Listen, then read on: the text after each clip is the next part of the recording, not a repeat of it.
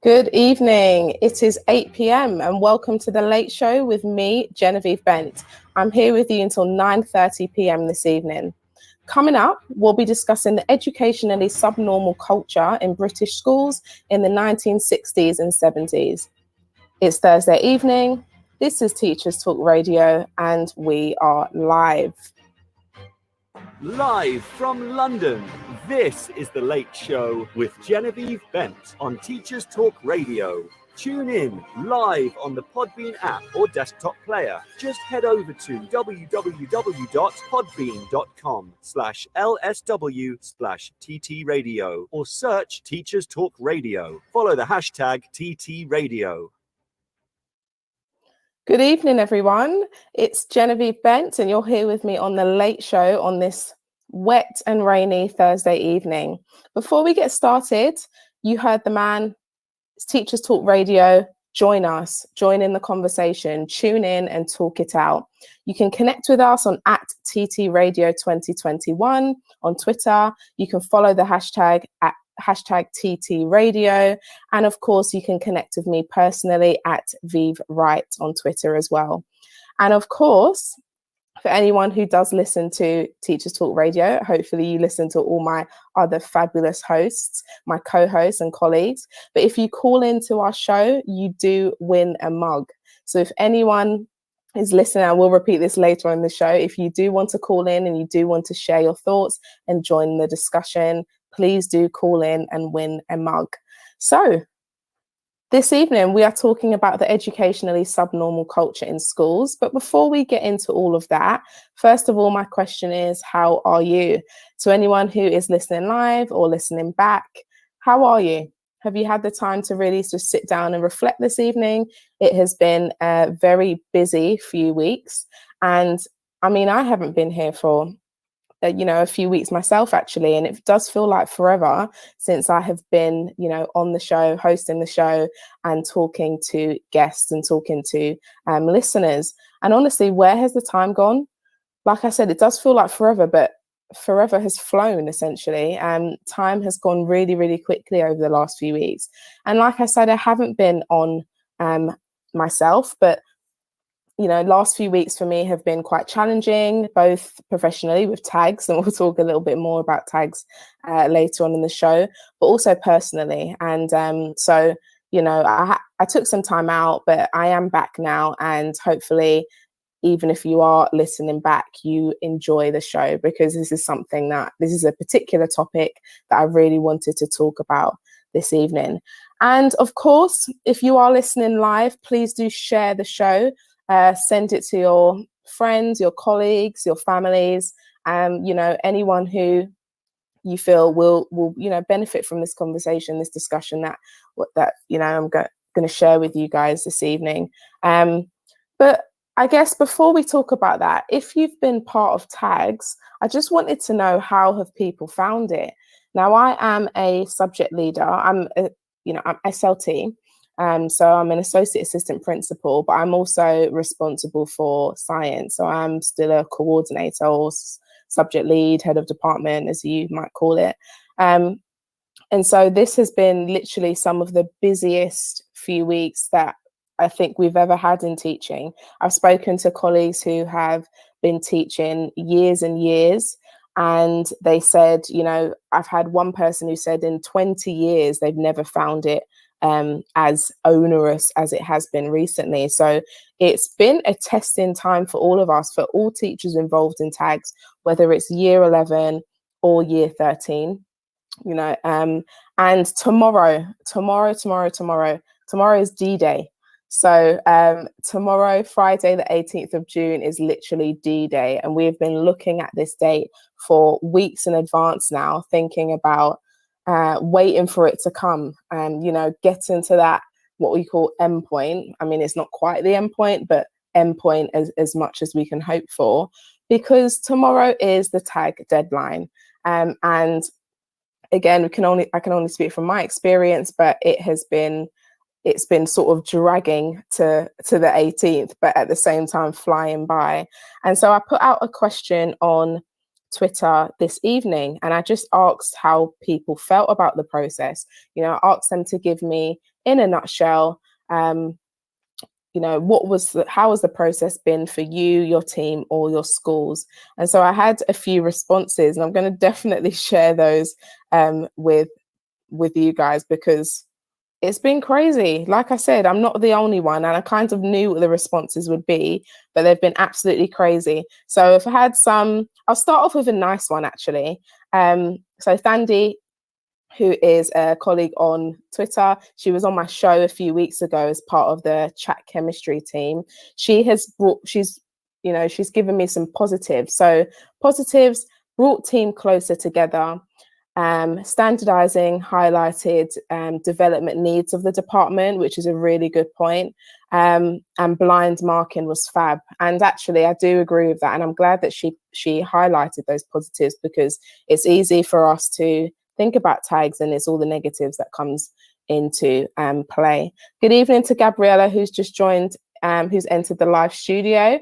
Thank you for joining us this evening. If you are listening, please do let me know.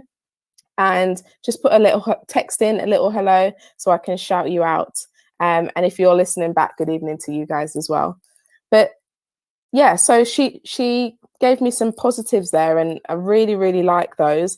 Of course, the lows or the sort of negatives, the drawbacks were the same as everybody else.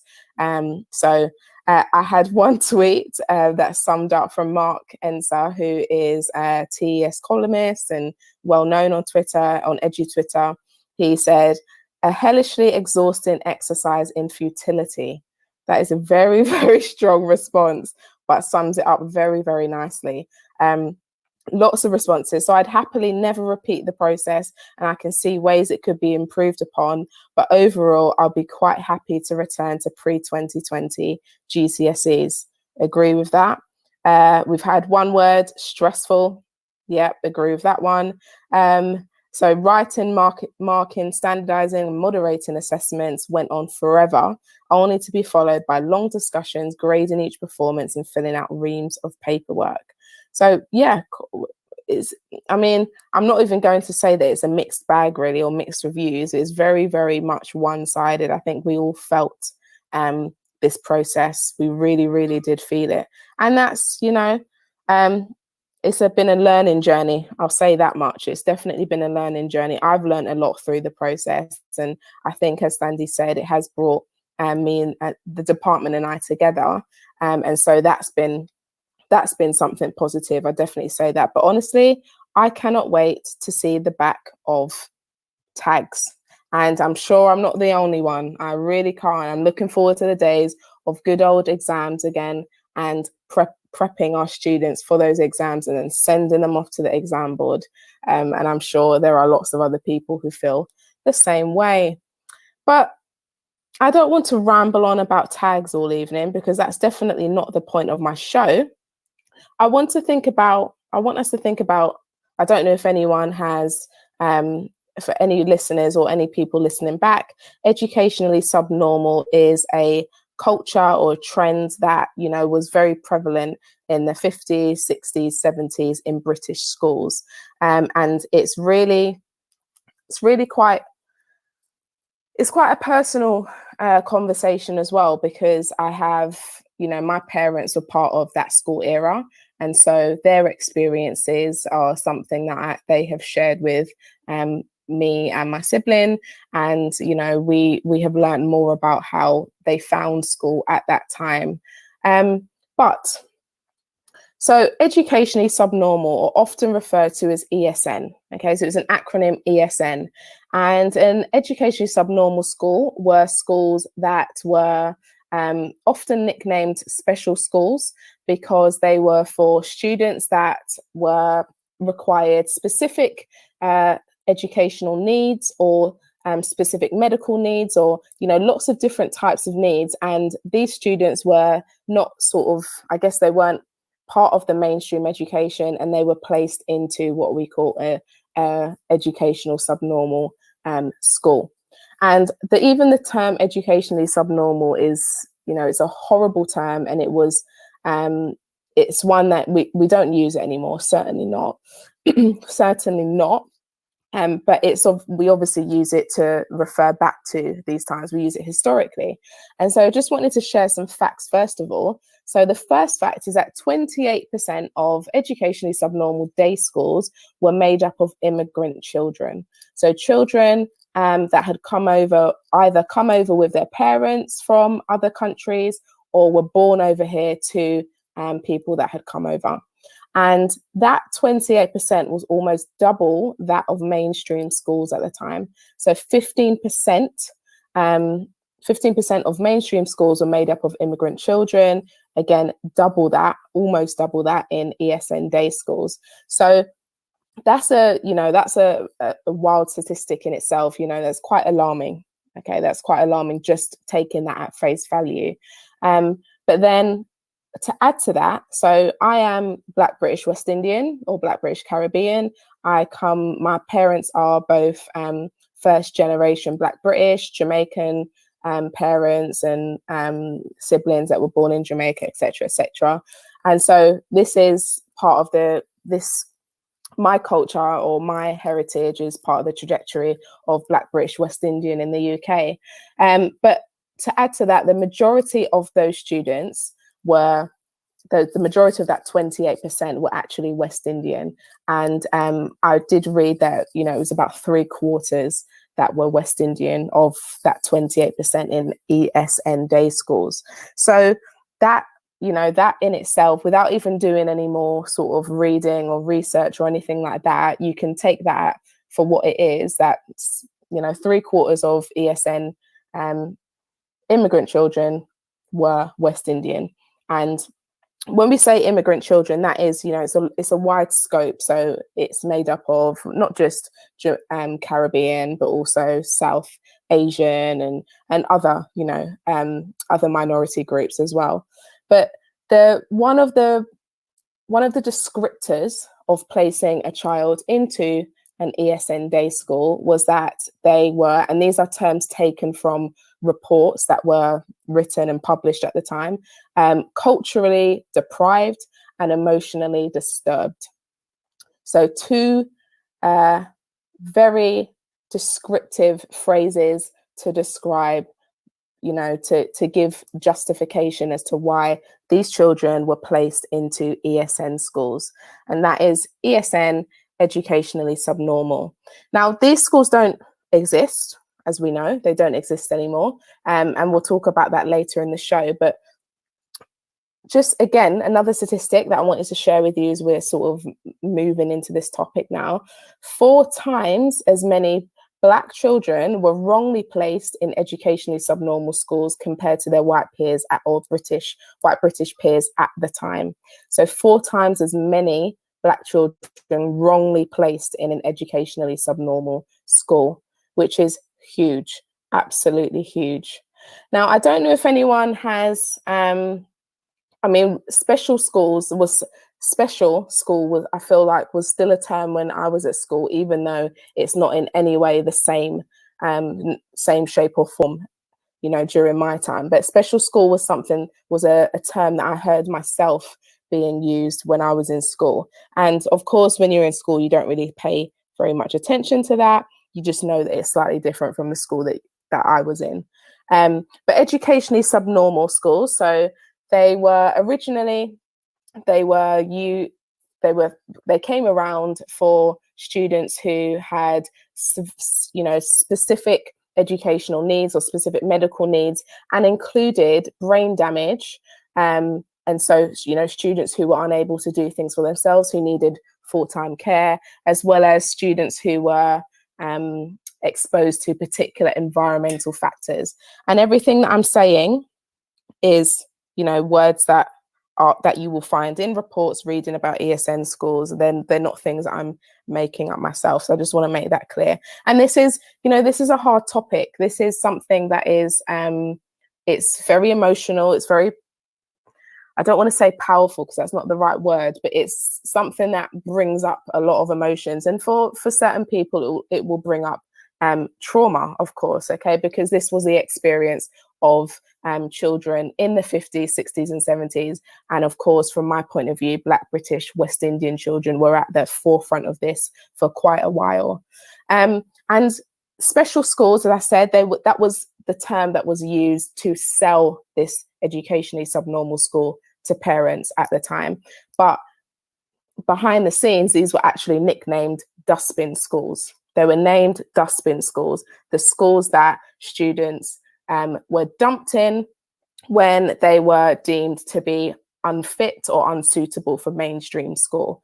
And remember, again, these are not terms that I have chosen. These are terms that you will find if you decide to read and research and things like that.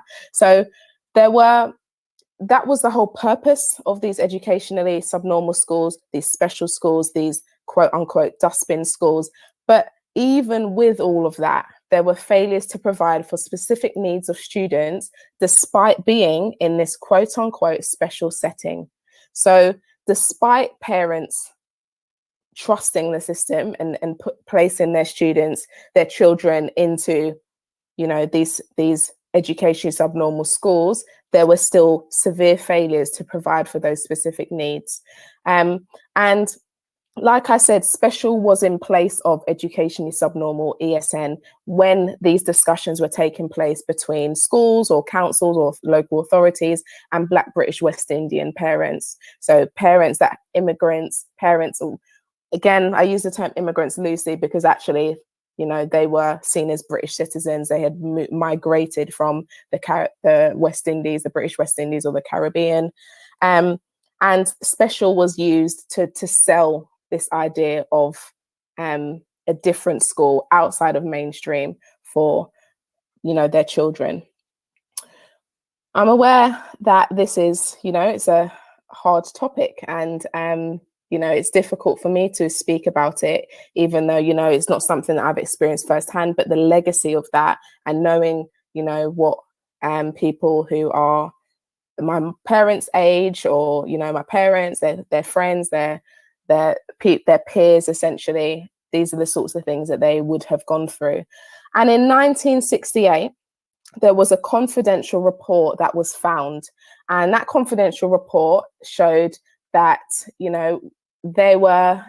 they agreed, or this report came to some sort of consensus that West Indian children had lower IQs than their counterparts. And so there were many different characteristics of the ESN children report that came up with justifications as to why they're, the 28% or so in the 1960s were West Indian, or at least 3/4 of that. But the reasons why these students were placed into these ESN schools were, much of it was to do with behavior. Much of it was to do with a lack of cultural awareness or understanding. There were these biased, and again, research will tell you, biased IQ tests that were biased against West Indian children. So even though they understood and they had, the same rooted understanding, cultural differences meant that they were set up to fail, essentially. And so the results of these meant that these children would end up in ESN schools. And some of the reason why these students ended up in these schools was partly down to do with child psychology at the time.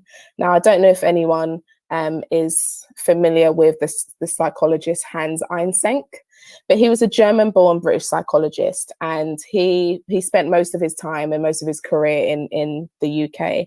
But he did lots and lots of work. He was one of the most peer-reviewed and referenced psychologists for many years.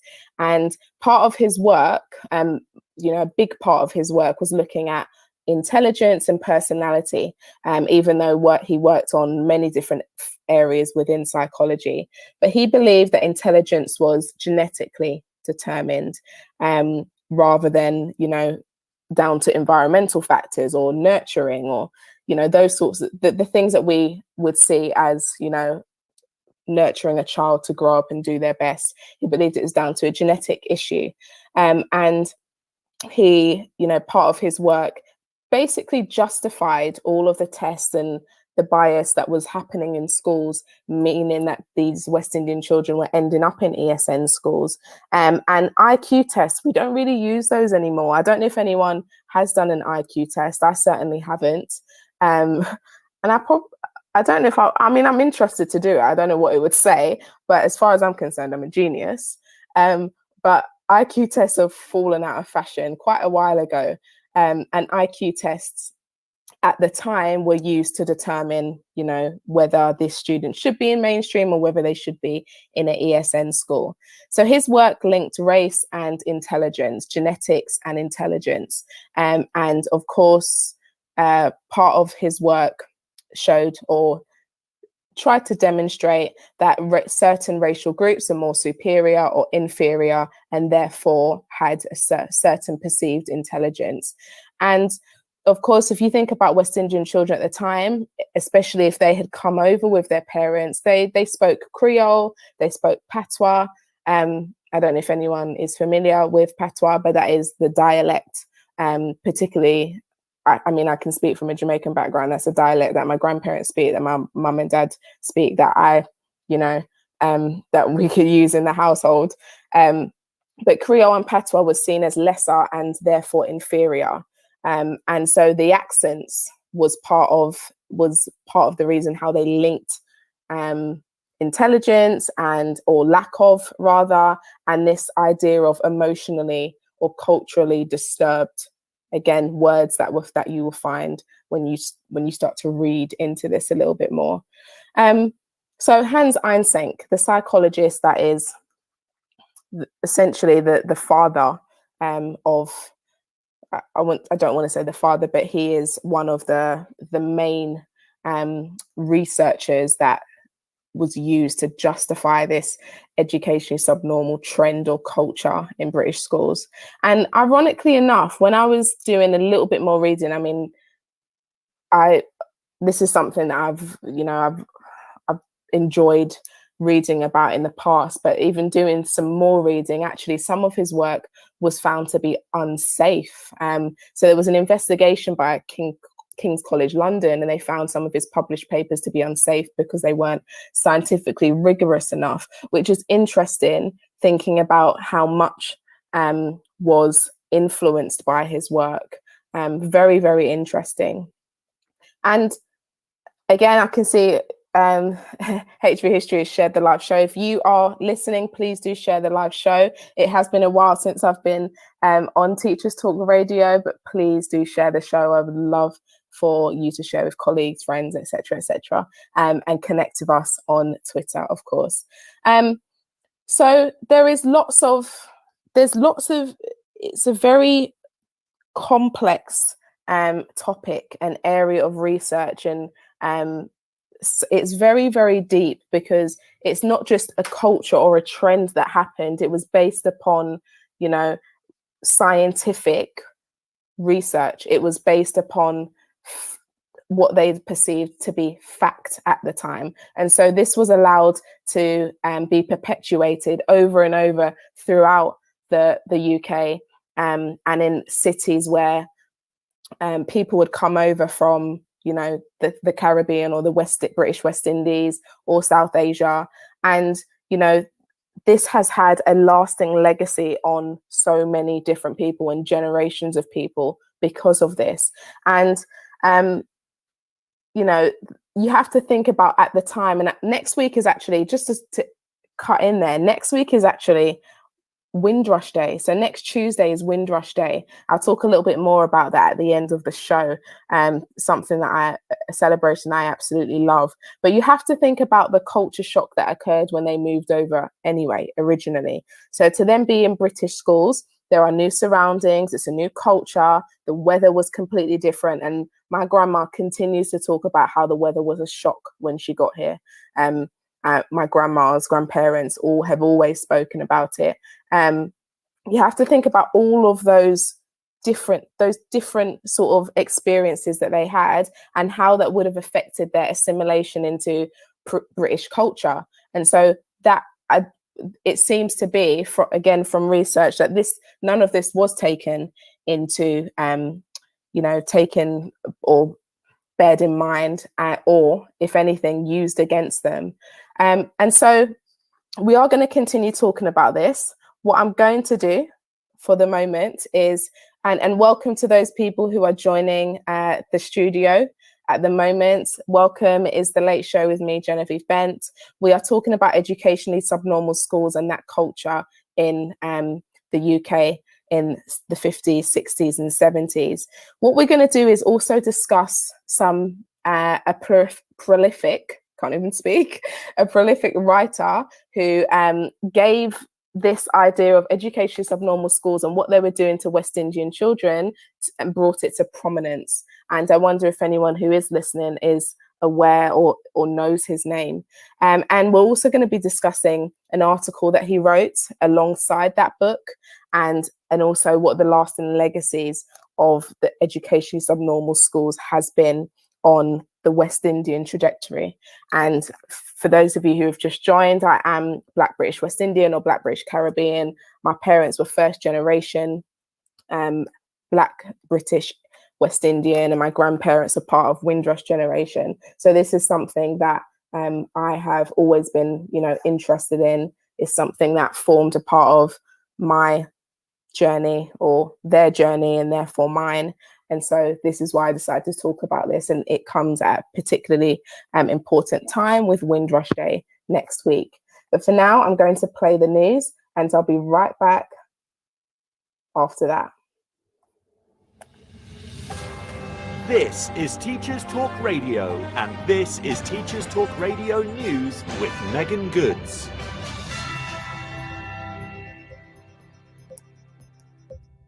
This is your latest Teachers Talk Radio News.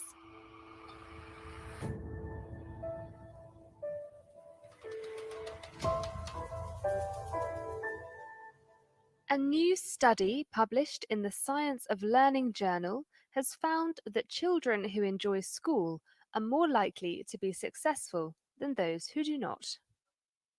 The study found school enjoyment strongly associated with later achievement in age 16 compulsory GCSE exams, even after adjustment for socio-economic background and cognitive ability. Pupils who reported enjoying school scored on average almost a 3-grade increase across all subjects and were 29% more likely to obtain 5 or more A-star to C GCSEs, including maths and English. The report also found that at age 6, girls were more than twice as likely to state that they enjoyed school than boys.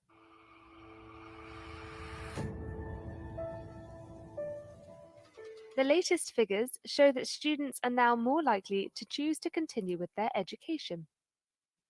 Of last year's cohort of school leavers, 66.5% were in higher or further education 9 months after leaving school, the highest number since records began in 2009. The number of those in employment went down, however, from 28% to 21.3%, the lowest figure since records began. Students that were unemployed rose from 5.8% to 6.8%, and higher education was the most common destination for school leavers at 42.9%, followed by further education at 23.6%. That was your latest Teachers Talk Radio News.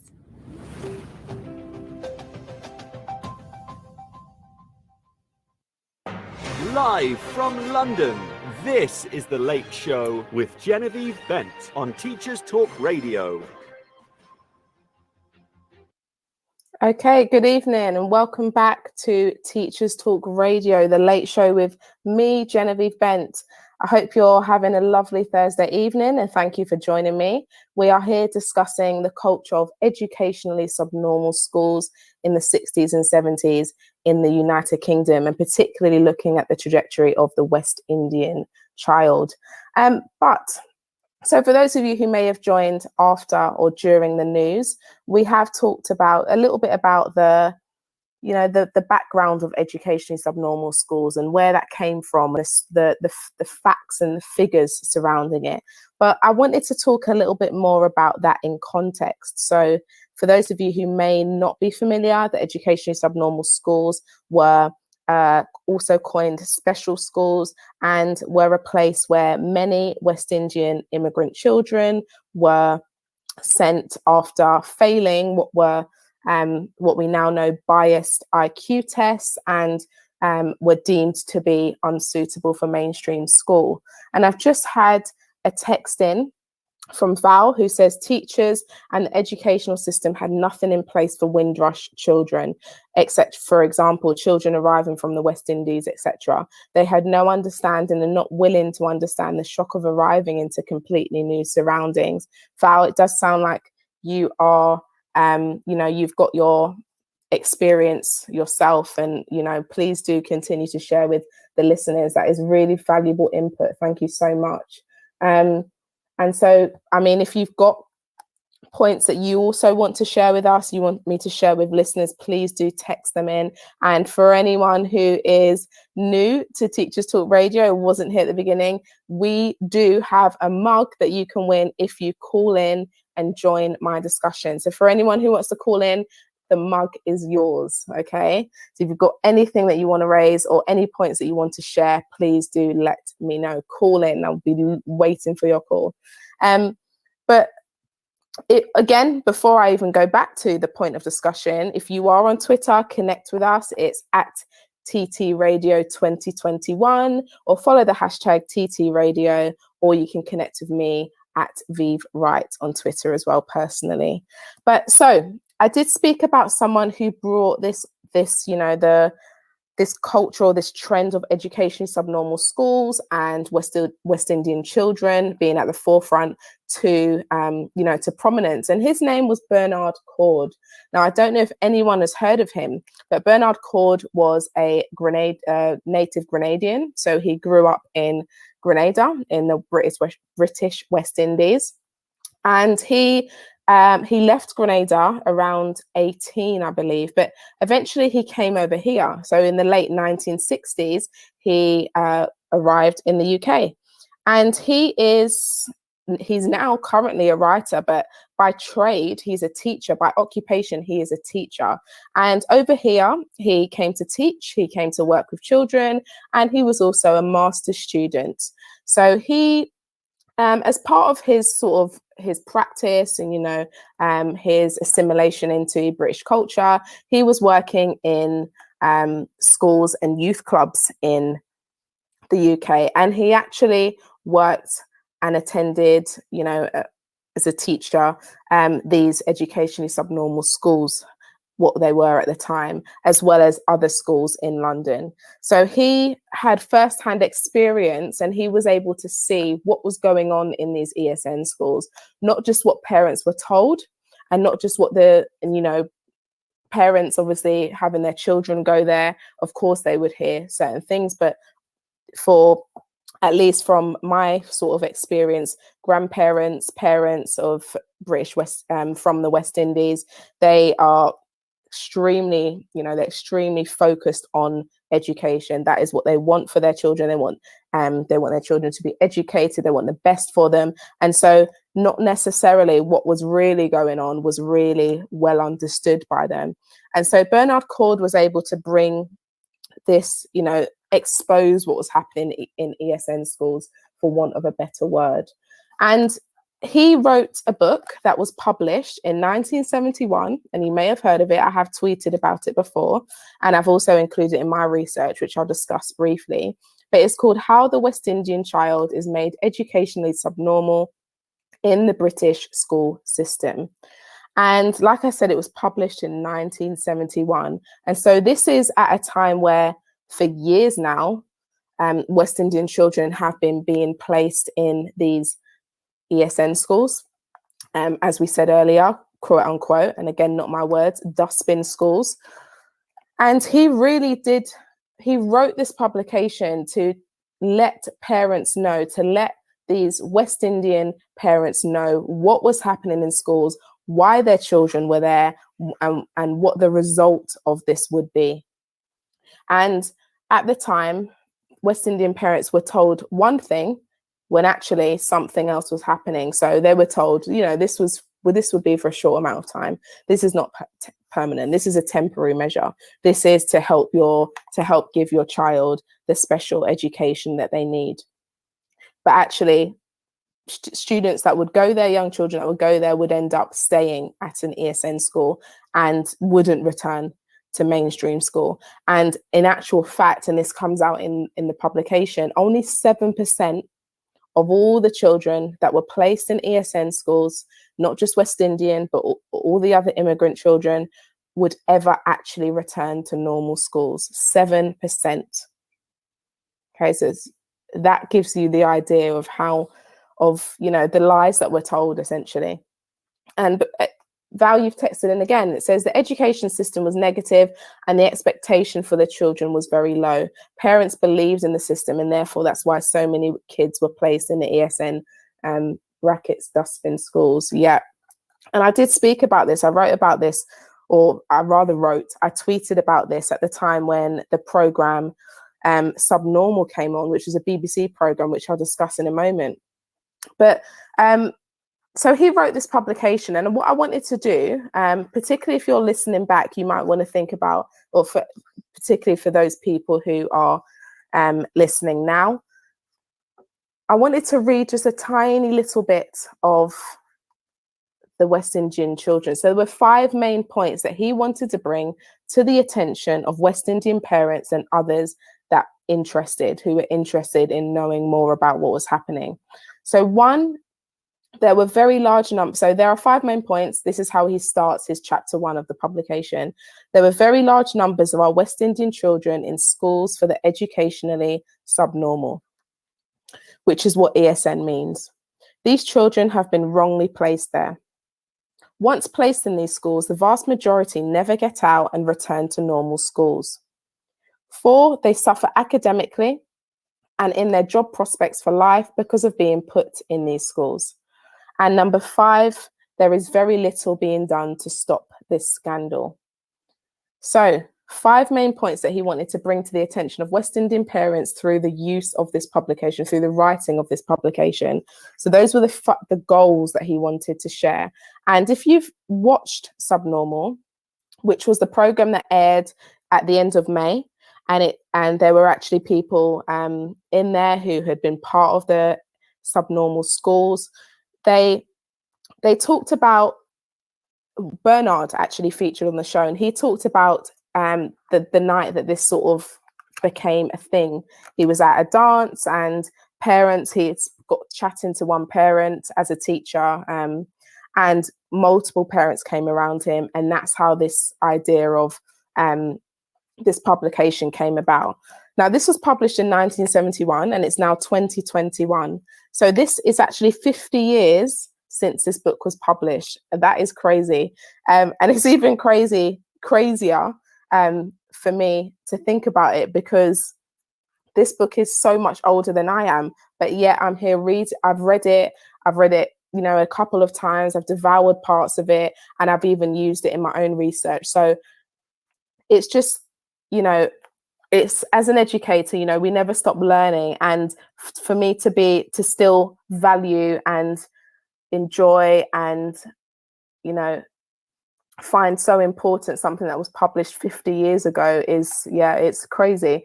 But like I said, it's 50 years. And this year he actually released a 50th anniversary expanded 5th edition. And there's a foreword in there by MP Jeremy Corbyn. And there is updated data and analysis. So for anyone who is interested in reading this book, and reading an up-to-date version with statistics that from now, essentially, I would urge you to go and pick up the book. It is really, really, really good reading. And as part of this, he also, I wanted to continue to find out anything else that he has written since. And he did an article with The Guardian very recently, actually. And he just talks about why he wrote the book. And I mean, it's quite clear why he wrote the book. He wanted to make it clear to parents that this wasn't necessarily this wasn't a good thing for their children, and he wanted to make them aware of what was actually happening. And so he wrote the book to bring, like I said, to bring that to the forefront. But the article, he just goes over again his move into schools, in British schools, and what he saw. And he talks about his experience in the schools. And as a teacher, of course, we can relate. As teachers, if you are a teacher and you're listening, we can we have our own experiences, some good, some bad, depending on the school. But he talks about how much his time in ESN schools affected him. And he talks about that from the point of not just a teacher, but also as a West Indian migrant, someone who also moved over to the UK for opportunities, for education. And he talks about the trust that West Indian parents had in these schools and the local authorities, and how that sort of backfired and how that went wrong, essentially. And there are so many different legacies of these educationally subnormal schools. And one of the things that I wanted to also talk about was the legacy on students in education now, but from a different point of view. So for my master's research, I did, and again, I'm going a little bit off topic here, but I wanted to share this with you. I did the experiences of Black, British, Caribbean women in science education in the UK educational system. Quite a mouthful, but that was the title of my dissertation research for my master's. And as part of that, I interviewed several Black, British, West Indian young women, young women like myself, younger than me, but had similar backgrounds to me. And part of the research that I did incorporated the trajectory of British West Indian people in the UK. Excuse me. And as part of my research, I wanted to explore the experiences that these Black, British, Caribbean women had as a child in secondary mainstream education. And I've said trajectory of West Indian children quite a few times, but I wonder if anyone actually knows what I mean. Because what I wanted to talk about, there are some, this came up actually, there have been some stereotypes that are fairly pervasive in society. And that is, West Indian culture doesn't place importance on education, or West Indian culture doesn't place importance on conservative values or things like that. And there are, there's these stereotypes that are pervasive that say West Indian culture is, bottom barrel, essentially. Okay. And as a West Indian, I just wanted to say that is completely false. And this was something that went around on Twitter. And one of my lovely colleagues on Twitter, I say colleagues, I don't work with her, but she's a Twitter friend, should I say, she tweeted about this, and there were many subtweets, including my own. And that, it's just stories like this that have founded this or created this legacy that, West Indian culture doesn't place importance on education, because actually West Indians came out of education with very little to show for it. And, my parents are successful now. My dad is a lecturer. My mum is an executive PA in the government, and both of them actually left school with very little.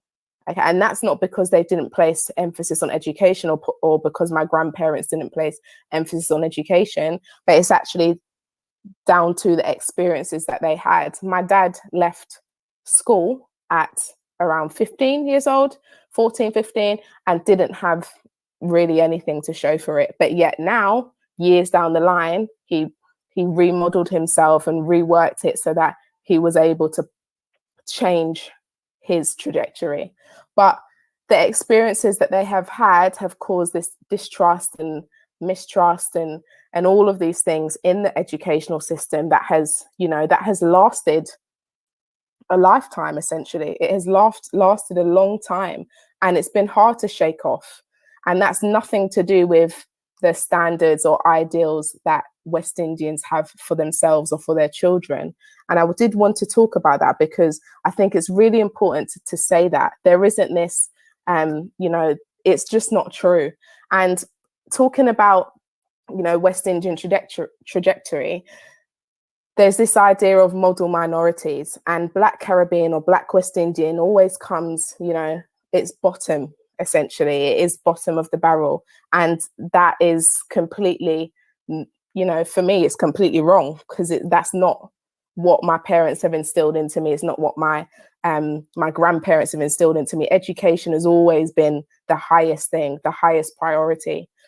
And just to continue with that, the model minority idea is this perceived idea that there is one group of ethnic minorities that are the best, the highest intelligence, and there's always this idea of pitting one minority against each other, which is not the case at all either. And particularly when you think about the report that came out earlier this year, there was this idea of model minorities, and thinking about everything to do with ESN schools and the West Indian child and the experiences that they had in the British education system in the 50s, in the 60s, in the 70s. Of course, the legacy of that has been, immeasurable, essentially. And Val has texted in, small act series, education makes good viewing and understanding. And Tom said you should call in Val.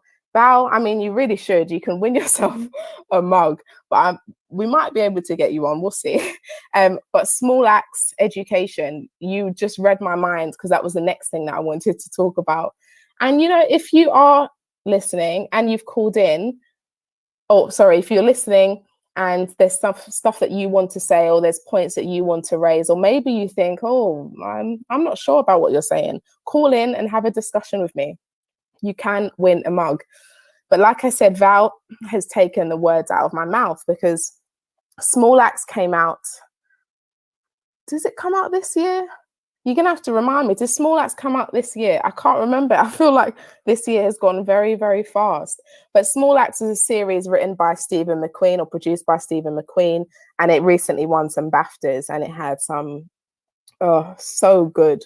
So good that series was. My favorite was Lovers Rock. I don't know if anyone watched that, but I've watched it about, I don't know. When it first came out, I watched it about 3 times within the same 48 hours, and I've watched it so many times since. But Education is a particularly powerful and poignant one, and it links all, it goes all the way back to that time, that era, and educationally subnormal schools. And the main character is called Kingsley, if I'm correct. And Kingsley was, his parents, his mum was West Indian, a migrant, and they convinced her that Kingsley should be sent to a special school. And the special school being educationally subnormal school. Tom, you've said I haven't seen it. Actually, I do recommend it. It's a really, really, really good program, and I think I tweeted about it after that subnormal program came out a few weeks ago. But you'll find it on BBC iPlayer. You'll find the whole series on BBC iPlayer. Like I said, Lovers Rock was my favorite, but Education and Alex Wheatle one, they were really, really good. And Education is particularly, like I said, powerful, because you just see how much Kingsley, Kingsley technically represents all of those children that went through that experience, how much he went through and how much the family went through, and how it took an external person, someone who knew more about it, to be able to actually tell them what was going on. And it wasn't what they had thought it was by any means. I'm going to stop talking for a minute, because I'm aware that I've been talking for a while, and stay tuned.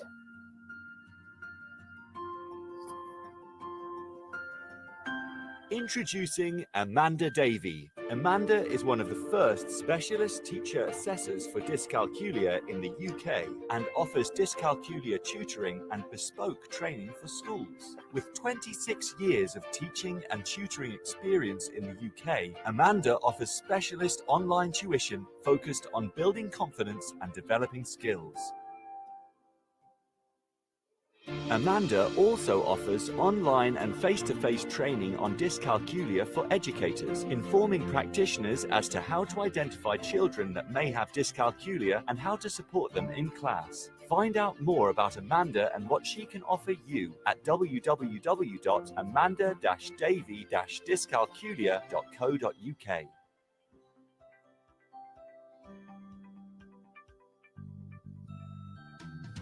Creative Resources, made for teachers by teachers. At Creative Resources, we've been rethinking what a classroom can be.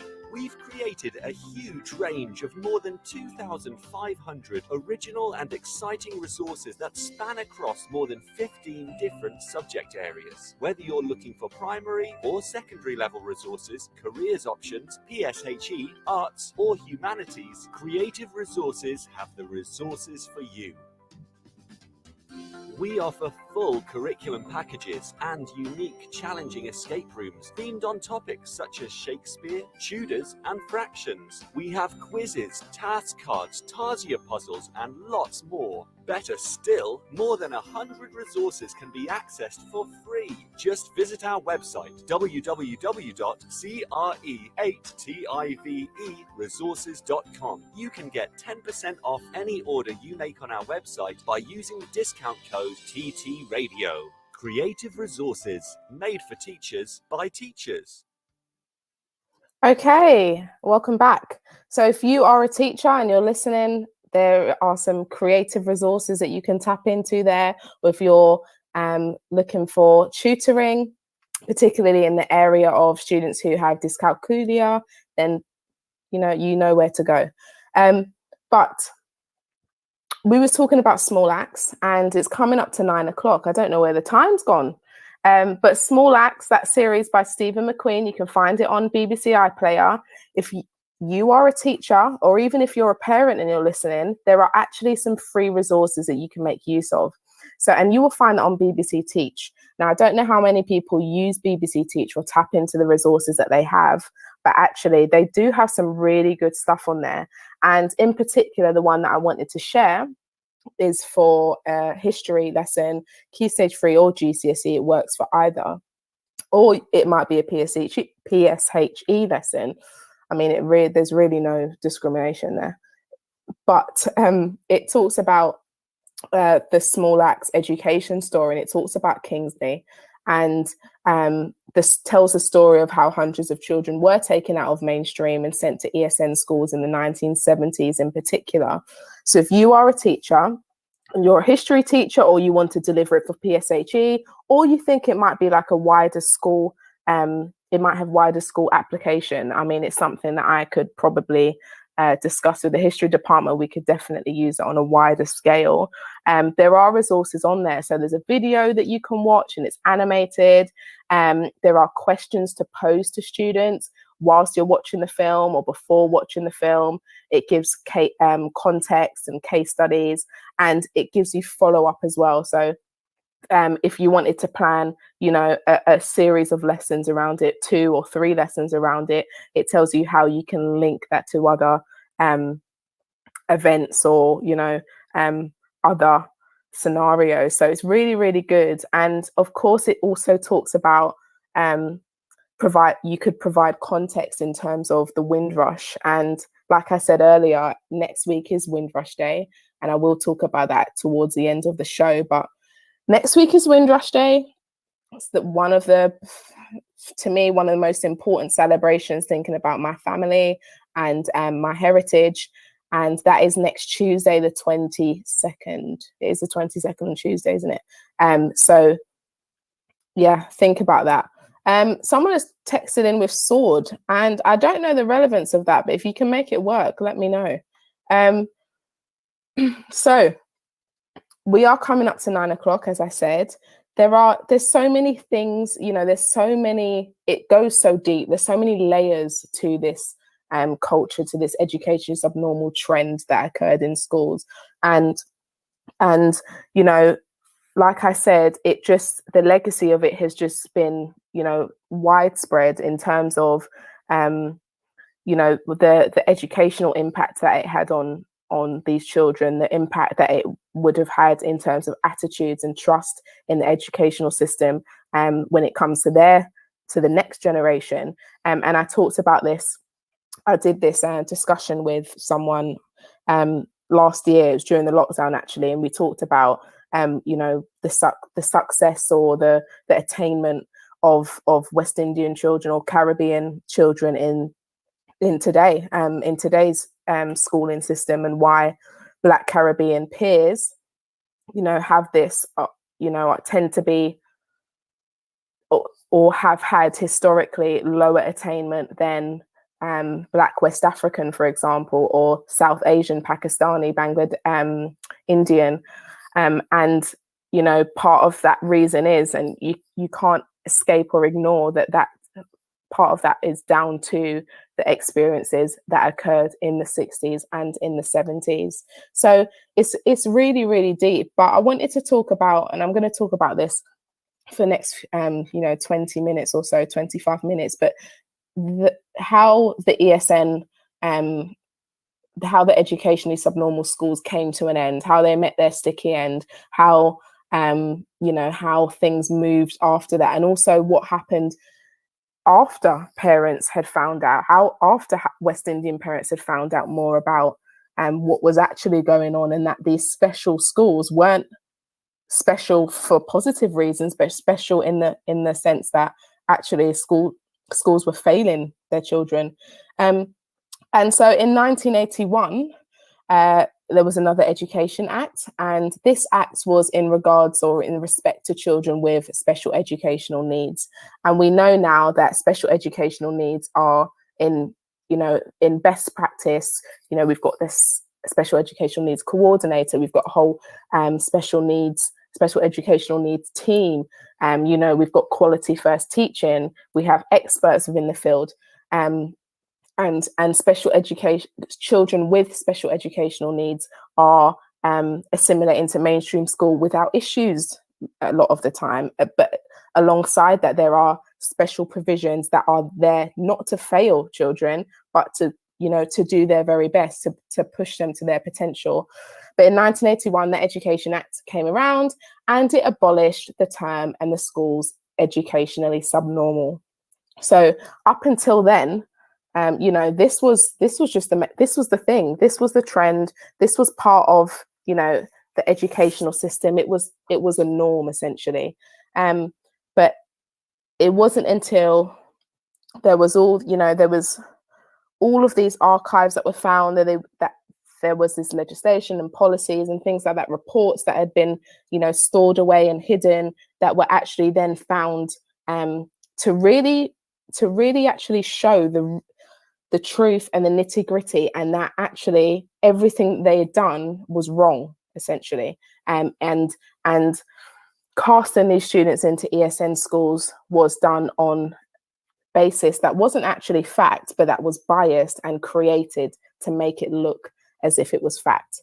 And before we talk about how this was tackled and how West Indian children and children, the Black community, not just West Indian, but the Black community came together to provide where their children were not being provided for. I'm going to talk about that over the next 20 minutes or so, but stay tuned because it's the news at 9 o'clock. This is Teachers Talk Radio, and this is Teachers Talk Radio News with Megan Goods.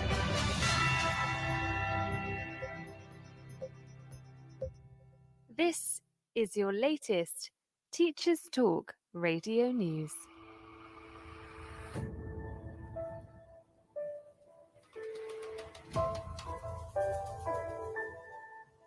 A new study published in the Science of Learning journal has found that children who enjoy school are more likely to be successful than those who do not. The study found school enjoyment strongly associated with later achievement in age 16 compulsory GCSE exams, even after adjustment for socio-economic background and cognitive ability. Pupils who reported enjoying school scored on average almost a 3-grade increase across all subjects, and were 29% more likely to obtain 5 or more A-star to C GCSEs, including maths and English. The report also found that at age 6, girls were more than twice as likely to state that they enjoyed school than boys.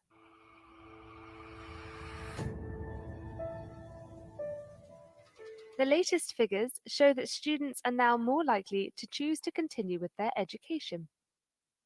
Of last year's cohort of school leavers, 66.5% were in higher or further education 9 months after leaving school, the highest number since records began in 2009.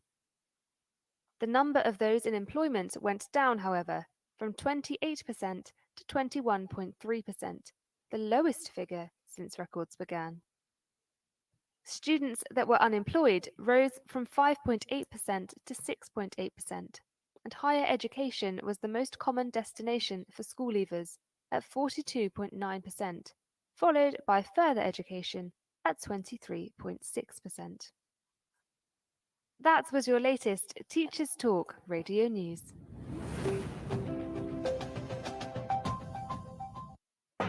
Live from London, this is The Late Show with Genevieve Bent on Teachers Talk Radio. Okay, welcome back to The Late Show with me, Genevieve Bent, this Thursday evening. It's 9:02, and thank you to everyone who is listening live. If you are listening live, please do feel free to continue sharing the show. Connect with us at TT Radio 2021 on Twitter.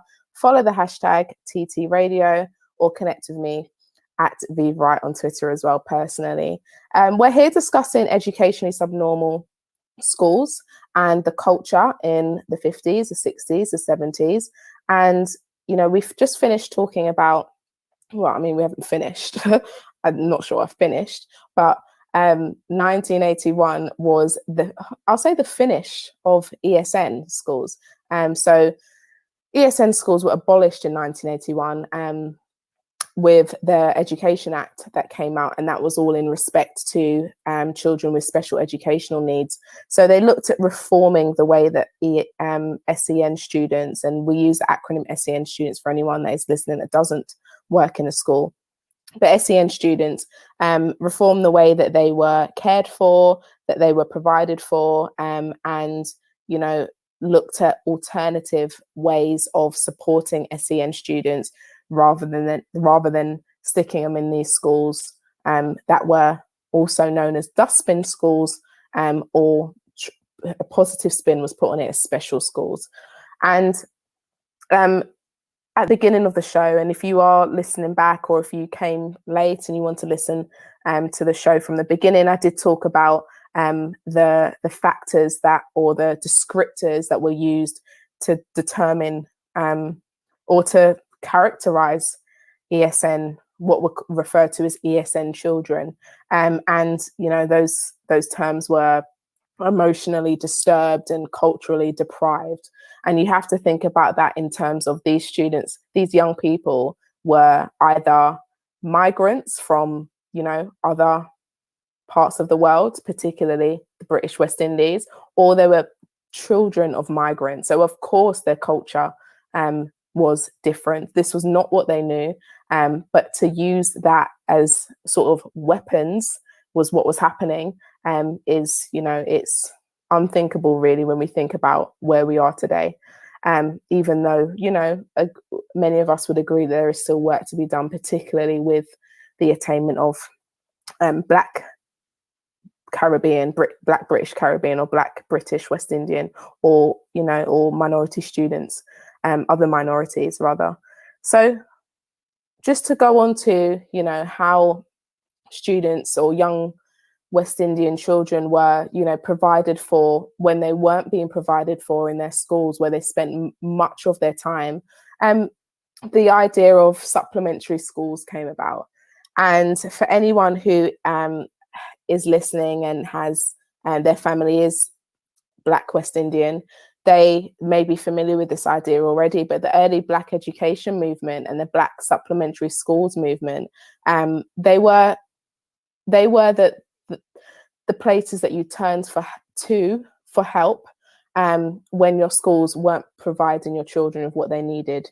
And this arose from educationally subnormal schools. It arose from the endemic failure to provide for children.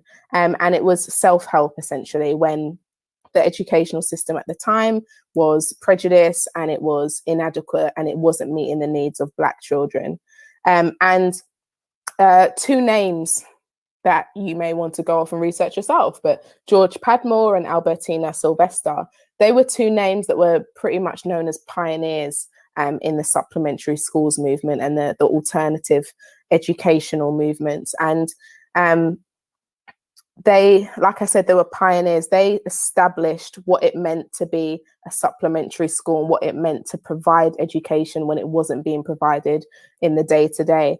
And I mean, you can go and find out more about them, and there's a whole website and everything like that. But the educationally subnormal schools were obviously they weren't disbanded until 1981. So in the 70s, in particular, supplementary schools started to become growing and more popular and popping up all over the country. And it was obviously a response to what had been going on for over a decade and longer than that in many cases. And areas where migration was more common. So, for example, the cities, London, obviously, and Birmingham, Bristol, Huddersfield. I wonder if anyone is who is listening has family up in Huddersfield. And it's funny that I say that because lots of my family are in Huddersfield, but this was an area where there was a high migrant community from the West Indies. So, of course, I have lots of family up there, but they all came together to organize these supplementary schools. And these weren't being funded for by the government or the councils. These were run on a voluntary basis. These were teachers and parents and activists in the community who were coming together and volunteering their time, giving up their time on evenings and weekends to be able to provide for students who were being systematically failed.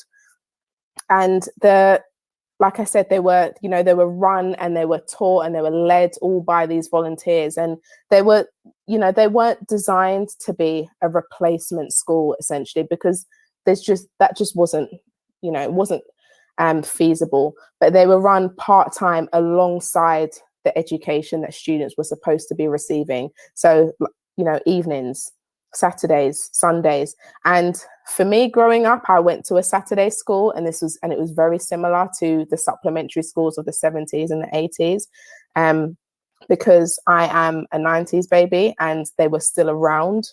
But I used to go to a Saturday school on the Saturdays, and I used to learn all sorts, and particularly about my culture. When it wasn't being taught in school, so they were fundamental in raising the aspirations and raising the confidence and self-esteem of students who weren't getting that nurture and weren't getting what we expect as teachers our students to be getting. And not just day to day, not just maths and English and geography and history and those sorts of things. Those were important, of course, but also learning about their culture. So Pan-African history, the movement of West Indians, culture, Black history. And so all of these things were part of their learning, were part of the package. And of course, summer schools and trips and those sorts of things, they were included and they were catered for where they could. Like I said, it wasn't funded and it was purely on a voluntary basis, and all the money that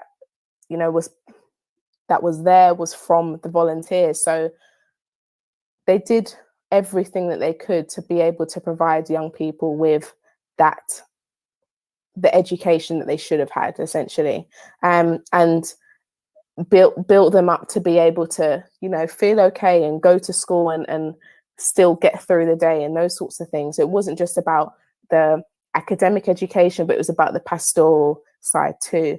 And the supplementary schools by those two pioneers, I said, George Padmore and Albertina Sylvester, they were started around 1969 in North London, and it just grew and grew and grew. And I think they were open for, years. But obviously, these supplementary schools were popping up all over London, popping up all over the UK, England. Cardiff also had a West Indian population. And so, what started to be, small homes that were opened up for small numbers of students turned into these huge, in demand schools and educational provisions, which grew and grew essentially. And of course, that movement then moved into parents given even more sort of their time and activism to provide for young people. And they were big. They were part of they were just a part of education as much as the schools were for these Black communities. And it's also so powerful to think about it, because they were doing this even though, or despite, or throughout the racism and the systems that were designed to oppress them. They were doing this all the while, and it was about fun, culinary skills, arts and crafts and everything, to really boost their children. And that's what I guess that is what they're there to do. The parents, they wanted the best for their children, which also comes back to me talking about the perceived ideals of West Indian families, which were completely wrong, essentially. And these supplementary schools, like I said, they continued into the early 90s. So I went to these supplementary schools. I went to Saturday school. I did these things, and I still remember them fondly. And that they're not as big anymore, but I know that since, particularly in the last couple of years, and particularly since everything that happened last year, there's more demand for it, for sure. There is definitely more demand. And I did Young Gifted in STEM because I wanted to provide alternative learning experiences, essentially, for young people that may not be getting it in the school that they're in, and providing them with alternative learning hubs. So they're not as common, but the demand is still there, for sure. And then just thinking about the lasting legacy, I've spoken about it already, and I could speak about it for a lot longer, for sure. But there's still focus on, there's still I don't even know what the word is really, but there's the Black Caribbean peers still are, their attainment of their academic achievement is still, to be worked upon. And there's been lots of TVs and articles that have come out over the last few months, over the last year. And one of the, facts that is often quoted is about Black Caribbean boys being more likely to be excluded. And that is still fact. That isn't made up. That isn't opinion. That is fact.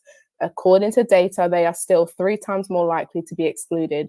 And of course, legacies of distrust by families and alternative provisions being heavily relied upon, particularly for those, that group that are more likely to be excluded. So there's lots of impact and lasting legacy of these educationally subnormal schools that we haven't been able to overcome necessarily in full yet. But I also want to take the time to just to celebrate all of the people that I know that are doing amazing things in the Black British West Indian community. And this isn't to single out this minority group, but thinking about education subnormal who have had families who have been through those systems. It's just, I wanted to celebrate everything that they are doing at the moment. So whether they're researchers, whether they are PhD students or doctors or educators and teachers, whether they're doing degrees or whatever it is, there is so much to celebrate and be proud of now, because even so, this generation and the next generation are coming through and still continuing to push for more and have high aspirations and achieve, and that's all we could want, really. That is all we could want. But I guess for me personally, as a teacher and a Black British West Indian teacher, I often think about the experiences of my mum and dad, and everything that they went through, and there are some very, very, very shocking stories, not just of them but of their peers as well. But it makes me reflect and think about what I want to do in my career, and how I want to help, and how I want to improve the attainment and increase aspirations and all those sorts of things, and what I want to do over my lifetime, essentially. So it definitely gives you food for thought, not just food, but a whole diet for thought, and makes you want to be better, essentially. And I mean, we're moving into the last, 15 minutes of the show, less than 15 minutes. So I wanted to, obviously this is a Teachers Talk Radio, and of course I've been talking about the educational system, but I also wanted to bring out some more literature. And of course I'm not a English teacher, and I never could be, I don't think. I don't know, but I just salute to all English teachers, because the marking for one. But I love reading and I love literature. And one thing that I wanted to share was a novel that I wanted to share was called The Nickel Boys, and it's by Colson Whitehead. And I don't know if anyone's read any of his other work. Most notably, he's known for The Underground Railroad. And I read that when it first came out years and years ago. And that was just amazing. And actually, it's so amazing that it's been turned into an Amazon show. So if you've got Amazon Prime, you'll see The Underground Railroad is on there.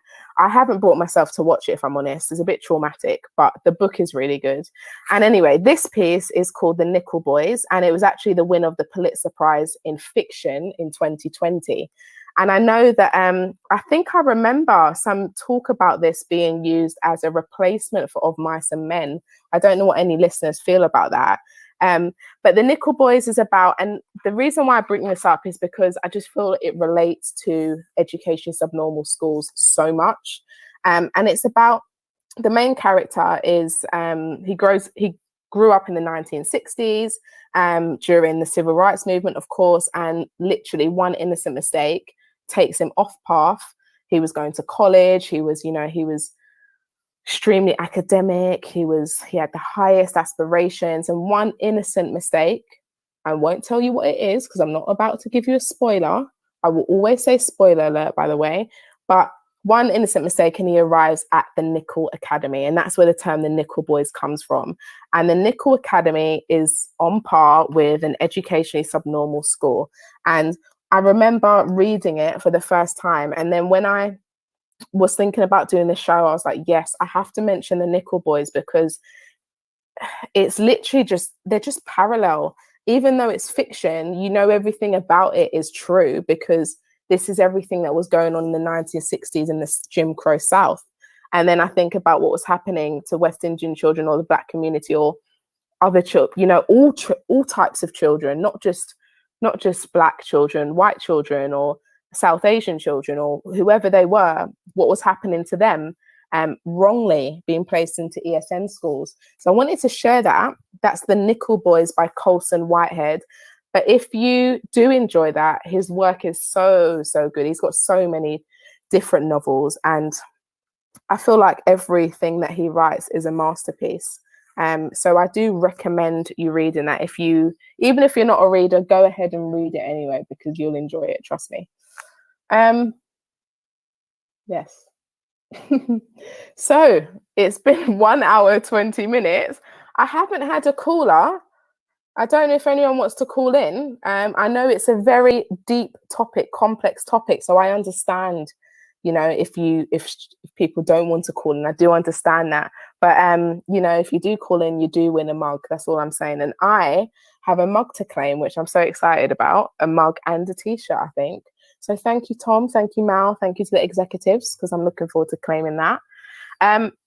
But like I've mentioned a few times in this show this evening, it is Windrush Day. next week. That's Tuesday, 22nd of June. And well, what to even say? Windrush Day is obviously the celebration of the Windrush coming over from the West Indies all the way to the UK.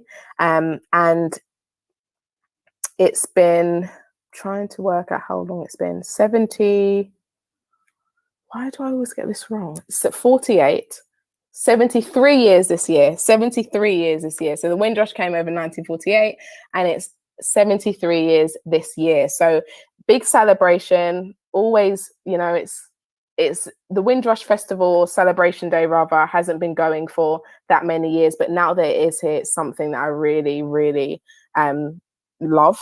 And for anyone who does want to celebrate it, first things first is I did a Windrush presentation last year. I just created it for my school and I just delivered it as like a remote assembly. Obviously, we were in lockdown last year, but I created it and I shared it on Twitter and it just went like crazy. So people asking me for it. So I shared it by DM first of all, and then I shared it on, I put it onto TES.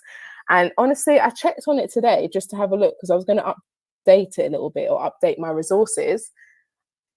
It's had 9,000 downloads. 9,000 downloads. Are you actually hearing that? 9,000 downloads. I couldn't believe it.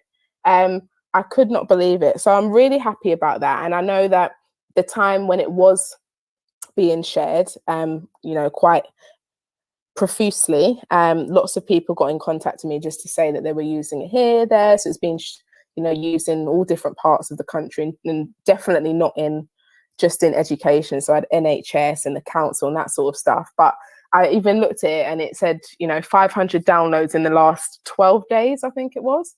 I was like, wow. So I think I'm definitely going to refresh slightly. So if you are interested, I'll retweet it again for anyone that wants to make use of it. And definitely refresh it a little bit, I think, for my school. But there's that, so you can make use of that, and it comes with other resources. So I made posters and I made a reading list, which is also on there. And if you want to celebrate it via actual events, whether virtual or in real life, the Radiate Festival happens in Crystal Palace Park, and it didn't happen last year for obvious reasons, but it happened the year before. And it's just a nice celebration for you to, you know, visit some market stalls, visit some small companies selling, you know, merchandise goods, and also some performers and nice foods. If you want to celebrate it there, you get all sorts of ages and guests appear, you know, turning up and taking part. So that's this weekend. I think it's Saturday and Sunday. And then also the all-party parliamentary group, so the APPG, for, I think it's for race. I'll share it on my Twitter because I think I shared it on my Twitter a little while ago. But the APPG are holding an event for looking at Windrush, but for Windrush Day. And that's going to be really good as well. And that's a virtual event at 6 p.m. on Tuesday. And I'll share it again. I'll share it on my Twitter for anyone who is connected with me so you can see that. So there are lots of things. And also last year I did a long thread of different things that were taking place virtually. And I'm going to do that again, of course, because I love Windrush Day. And it's a lovely way to celebrate everything that my grandparents did and all the risks they took and, you know, all the opportunities they moved across the world for. For me, it's so, so important. So yeah, I wanted to, just sort of encourage you to take part in any sort of celebration, whether that is in school, whether it's just an assembly or, I don't know, 10-minute starter or something like that. You know, there's so many resources out there. And of course, my resources are free. I'm not selling them. I want people to make use of them as much as possible. And yeah, just take the time to just think and reflect about all the, you know, everything that they left behind, the Windrush, you know, generation, everything they left behind in order to seek better. And, you know, Windrush generation is not just West Indian, it's also South Asian, it's also different parts of the world. So, you know, it's not just a West Indian celebration, but of course, from my background, I want to make sure that, you know, they are celebrated for everything that they've done. because I won't be here. And then next week, obviously Tuesday has passed, but next week, Thursday, I am still going to talk about Windrush because because I want to, as well as some other hot topics in education. Okay. So we have come to the end of my show. I really do appreciate everyone that has tuned in this evening. And if you are listening live, thank you so much for joining me this Thursday evening. And if you're listening back, I hope you've enjoyed the show as well. I've really enjoyed the show, even though it has been such a deep topic. But hopefully I've opened your eyes and you've learned a little bit more about what ESN actually means and what educationally subnormal schools were, why they were around, although I can't say I've answered that, and everything that happened in that sort of trend back then. Thank you so much for listening. It is the end of my show. I am going to say good night. I hope you all have a lovely evening. Tomorrow is Friday the 18th. I said it at the beginning, Friday the 18th. I'm so excited. It's the final tag deadline. And I know it's not over. We've still got sampling and moderation possibly to go after that. But it's a deadline. And you know what? It's something. And that's all I can say. So we're coming to the end of this tags nightmare. Someone said on Twitter in relation to my original question, it's been tagony. Yeah, agree. And anyone who is listening, anyone on my team that might have tuned in as well, thank you so much for everything that you've done to help me, to help the department and to help our students with tags. So thank you. Well done, anyone else who has also taken part. Thank you for joining me this evening. Have a lovely evening, and it's good night from me. You've been listening to Teachers Talk Radio. Tune in live and listen back at ttradio.org. We look forward to hearing from you next time on Teachers Talk Radio.